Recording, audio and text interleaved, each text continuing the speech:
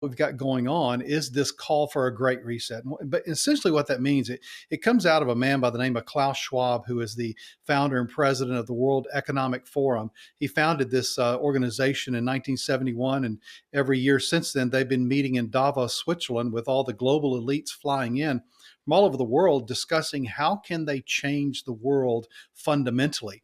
And he's come up with this idea called the Great Reset.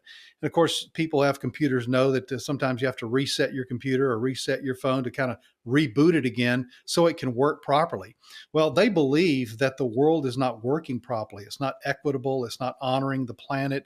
It's consuming too much energy and too many natural resources. So what they want to do is they want to reset the whole planet and basically replace capitalism with socialism, replace nationalism with a one world government. And they want to essentially make all people, in their words, equal before under one government.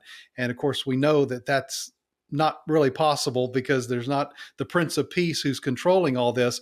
But that's the idea. They want to reset the world. They want to take it away from basically what it's been for centuries and remake it in their own image. And it's interesting looking at all of this in light of COVID, right? COVID was something that really sparked a lot of conversation. Well, how does the world respond to this? What do we do next time there's a pandemic? So talk about that a little bit, just how COVID maybe and the reaction to it sort of plays into some of the theories and ideas here. Absolutely. Yeah, COVID really was the catalyst in this whole thing. In fact, right on the heels of the COVID pandemic, Klaus Schwab, this president of the World Economic Forum, came out and said that this pandemic represents the very crisis needed in order to seize control of all the world's governments, for all of them to come together into one entity.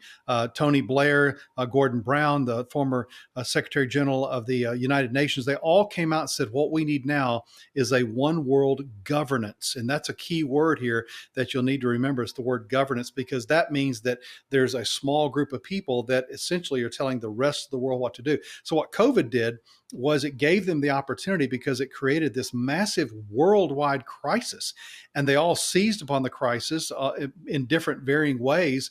And one of the things that we saw, Billy, was the rapidity, how quickly this whole thing spread.